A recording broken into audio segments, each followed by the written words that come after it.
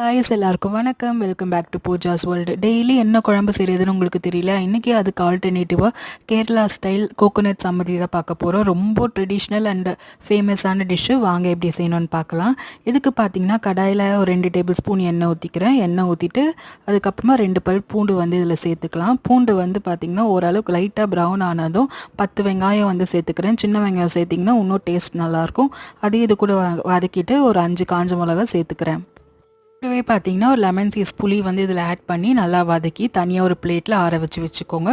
நான் வந்து ஒரு அரை முடி தேங்காய் வந்து நல்லா துருவி வச்சுருக்கேன். அதே கடாயில் போட்டு சும்மா ஒரு 4 வதக்கிக்கோங்க. கலர்லாம் மாறணும்னு அவசியம் கிடையாது.